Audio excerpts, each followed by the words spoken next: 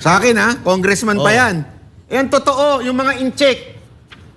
Huwag mo sabihin walang mga security in-check. Sir, alam nyo yan. Huwag tayong maglokohan. Yung iba dyan, nilipat nyo sa kanila. Gusto nyo ng prueba? Huwag na tayo magkabukingan dito. Alam natin yan. Kasi merong group chat sa mga yan eh. Na alam nila kung saan naka-duty yung mga tao. Nagkakaalaman yan. Huwag na tayo maglokohan. Yung iba dyan, nilipat nyo sa mga in-check. Di umano. Di umano. Sa dulo may di umano. Para malinaw. Kasi alam nyo, simple lang naman sinasabi. Sinungaling talaga. Oo, sinasabi ni BP Sara, magpakatotoo ka. Huwag mo nang ang dami mong palusot. Sabihin mo na lang, kalabang kayo eh. Ng gobyerno eh. So, bakit kayo nakikinabang? Ganun na lang. Aso, no? Parang na talaga silang mga aso, no?